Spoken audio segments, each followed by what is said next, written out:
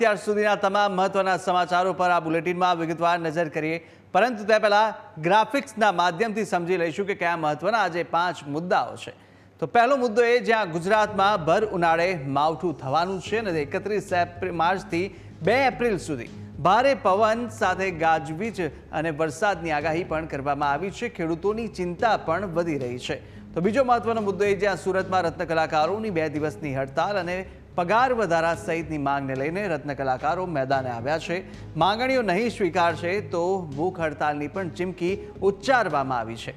તો અન્ય મહત્વનો મુદ્દો એ જ્યાં ગુજરાતમાં નકલી માલ વેચતા માફિયા બેફામ થયા છે અને પાટણમાંથી 1 કરોડનું નકલી ઘી ઝડપાઈ આવ્યું છે।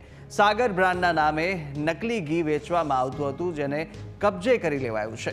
તો અન્ય મહત્વનો મુદ્દો એ જ્યાં રાજકોટમાં ન્યારી ડેમ અકસ્માત કેસમાં વિવાદ, જ્યાં પરાગ ગોહેલના મોત બાદ પરિવારમાં રોષ છે અને ન્યાય ન મળે ત્યાં સુધી મૃતદેહ સ્વીકારવાનો ઇનકાર કરવામાં આવી રહ્યો છે।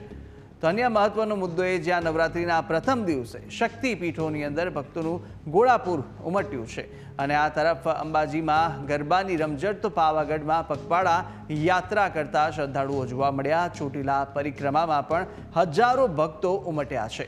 તો આ તમામ મહત્વના 5 મુદ્દાઓ આજે દિવસ દરમિયાન ચર્ચામાં રહ્યા